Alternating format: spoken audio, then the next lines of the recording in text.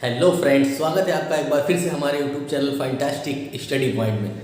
आज मैं लाया हूँ आपके लिए BSc first year first semester zoology का एक बहुत ही इम्पॉर्टेंट टॉपिक जिसका नाम है माइटोकॉन्ड्रिया।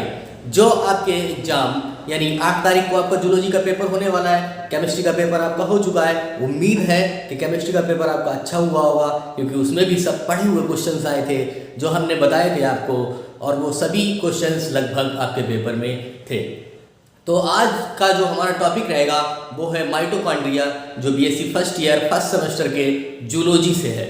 और ये क्वेश्चन आपके एग्जाम में 100%, जो 8 तारीख को पेपर होने वाला है उसमें 100% आपको मिलने वाला है। तो वीडियो में देरी ना करते हुए बढ़ते हैं अपने टॉपिक की तरफ। तो क्वेश्चन है माइटोकॉन्ड्रिया।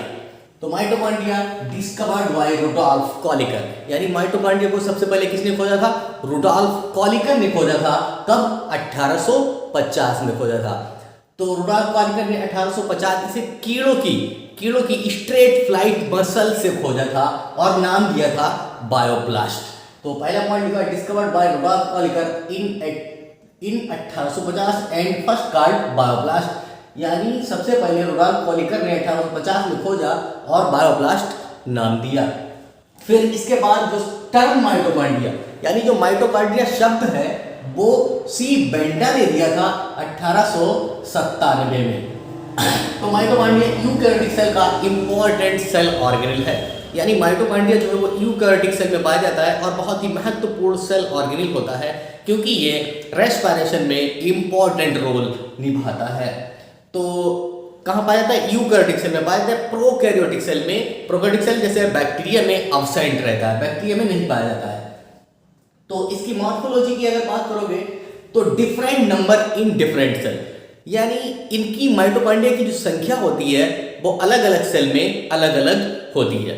तो जैसे कि ईस्ट हो गया, क्लोरेला हो गया, इनमें एक सेल में एक माइटोकॉन्ड्रिया पाया जाता है। और इसी तरीके से ह्यूमन स्पर्म में 25 से 30 माइटोकॉन्ड्रिया पाए जाते हैं।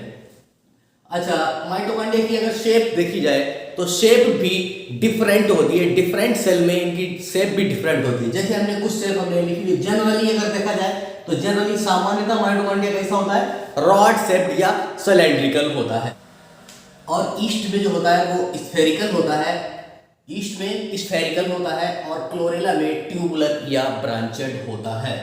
अब बात करें हम माइटोकॉन्ड्रिया के स्ट्रक्चर की, तो माइटोकॉन्ड्रिया का जो स्ट्रक्चर होता है वो डबल मेम्ब्रेनस होता है, यानी माइटोकॉन्ड्रिया में डबल मेम्ब्रेन पाई जाती है। और जो आउटर मेम्ब्रेन होती है वो स्मूथ होती है। ये देखिए आप, आउटर मेम्ब्रेन है, ये बिल्कुल स्मूथ है, और इसकी मोटाई जो होती है वो 60 से 75 एंगस्ट्रम होती है। और ये मेम्ब्रेन लिपोप्रोटीनस होती है, यानी लिपिड और प्रोटीन से मिलकर बनी होती है। तो जो इसके अंदर जो दूसरी मेम्ब्रेन होती है उसे कहा जाता है इनर मेम्ब्रेन। और इनर मेम्ब्रेन जो होती है वो अंदर की तरफ फोल्ड होकर उंगली के जैसी रचनाएं बनाती है, और उन उंगली जैसी रचनाओं को क्रिस्टी कहा जाता है। तो आप ये देखिए, ये इनर मेम्ब्रेन है, अंदर की तरफ फोल्ड हुई है और उंगली के समान, ये उंगली के समान रचनाएं बना रही है। इन रचनाओं को क्या कह रहे हैं हम लोग? क्रिस्टी कह रहे हैं। तो उंगली के समान रचनाएं बनाती है जिन्हें क्रिस्टी कहते हैं। और इन्हीं क्रिस्टी पर F0 F1 कण, ये देखिए छोटे छोटे कण बने हुए हैं जिन्हें कहा जा रहा है F0 F1 कण, या ऑक्सीसोम भी कहा जाता है। अच्छा, फिर आप देखिए इस माइटोकॉन्ड्रिया की जो इनर मेम्ब्रेन है उसके अंदर एक लिक्विड पाया जाता है, लिक्विड पाया जाता है। उस लिक्विड को मैट्रिक्स कहा जाता है। यहाँ देखिए, ये जो लिक्विड अंदर भरा हुआ है इस लिक्विड को कहा जा रहा है मैट्रिक्स। और इस मैट्रिक्स में होते हैं राइबोसोम्स। क्यों?